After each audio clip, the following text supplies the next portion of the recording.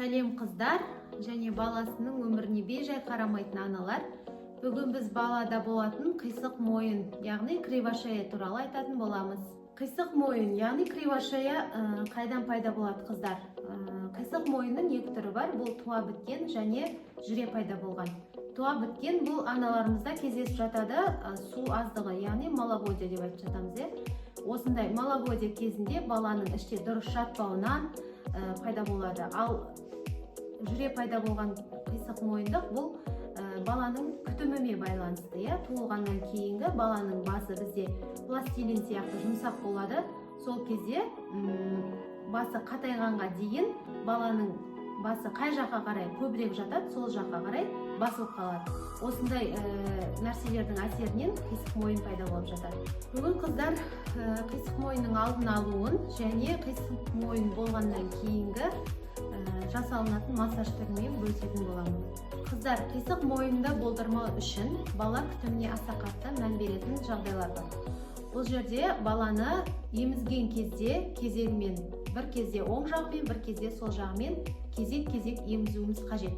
Және жатқызған кезде де біз алғашқы 2 айға дейін балалар кейде басын ұстамай жатады. Осы кезде олар өз еркімен басын оңға немесе солға бұрып жата алмайды. Бұл кезде қатты біздің көмегіміз керек, басын баланың кезегімен жатқызу. Бір кезде оң жағымен жатқызсақ, еміз болғаннан кейін сол жағымен жатқызып қою. Осылай кезектесіп жасап отыратын болсақ, қисық мойынға алып келмейді. Екінші мәселе қыздар, бізде аналар көбіне жаңа туған баланы ішпен жатқызуға қорқып жатады.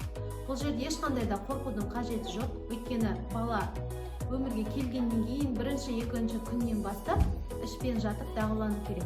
Ол арқа бұлшық еттерінің қатаюына, басын ертерек көтеруіне, қимыл қозғалысқа ертерек келуіне көмектеседі. Және де осы қисық мойынға да үлкен үлесі бар. Баланы ішпен, оң жақпен, сол жақпен жан-жағына жаңағы пеленка жаялықтарын орап, тіреп, жатқызып дағдыландыруымыз керек. Бұл алдағы уақыттағы тез қимыл қозғалыс жасап кетуіне үлкен әсер етеді. Олай болса қыздар, осындай қисық мойын кезде қандай массаж түрі жасалынатынын сіздерге практикалық түрде көрсетейін.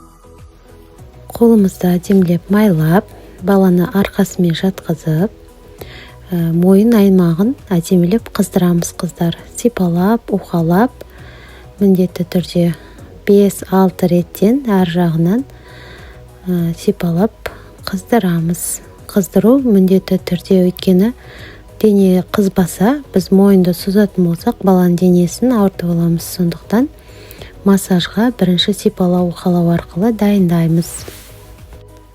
Сипалап денесін қыздырғаннан кейін саусақтың ұштарымен әдемілеп уқалауды бастаймыз.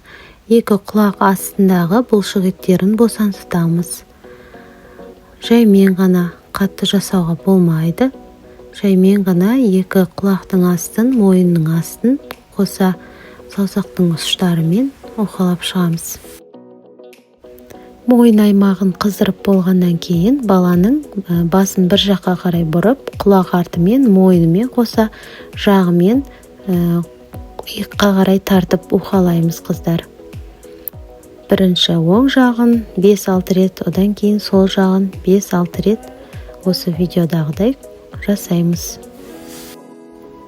Бастың қай жаққа қарай қатты қисайып тұрғандығына мән бере отырып, қыздар, қай жаққа қатты қисайып тұр, сол жағына қарай көбірек массаж жасаймыз. Келесі басты бір жағына қарай тікесінен қойып, бір жағына қарай қисайтып, құлақ артымен иыққа қарай тартамыз. Оң жағына 5-6 рет, сол жағына 5-6 рет. Мойынын шамалы созып, мойын қыртыстарын жазып, осылай уқалап шығамыз. Бұл массаж түрінде баланың мазасыздануы қалыпты, өйткені ауырсыну болады. Мінекей қыздар, көкірек тұсына массажын жасап болдық. Енді ЛФК жаттығуын жасаймыз. 2 қолын білекпен басып, қатты емес, қолды желке тұсына қойып, осы видеодағыдай жоғары төмен жай ғана ЛФК жаттығуын жасаймыз. қатты жасап баланың мойнын ауыртып алмаймыз қыздар. Енді баланы ішпен жатқызып желке тұсына массажды бастаймыз. Бұл жерде де көкірек тұсына жасағандай бірінші сипалап, уқалап, желке тұсын, бұлшық еттерін қыздырып аламыз.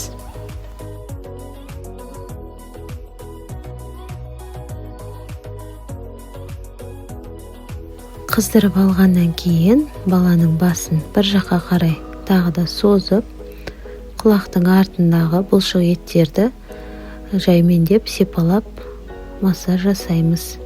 Екі жаққа қарай кезек-кезегімен 5-6 реттен уқалап, 2 рет қайталауға болады. Қай жаққа қарай көбірек қисайған, сол жағына мән бере отырып қыздар. Енді тамақ астын жоғары қарай тартып, мойнын ашуға болады. Жай ғана сипалап, массажымызды аяқтаймыз. Енді қыздар баланы бір шетіне қарай жатқызып, ЛФК жаттығуын жасаймыз.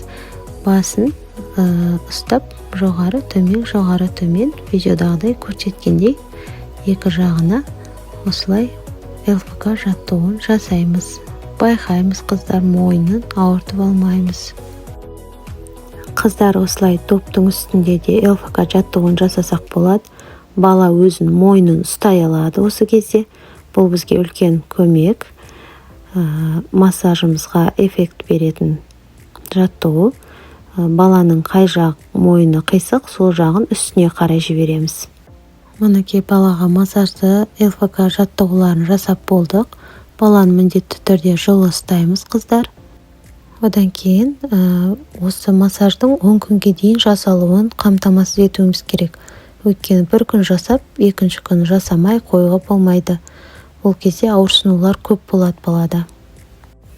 Қыздар, мен сіздермен бөліскенім бұл қисық мойынның орташа және жеңіл түріне жасалатын массаж түрі.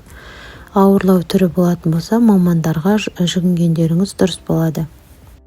Назарларыңызға рахмет. Менің кезекті видеоларымды жоғалтып алмас үшін подписацияны басып, қоңырау белгісін басып қойды ұмытпаймыз. Және де баласы бар достарыңызға жіберіп қойыңыз.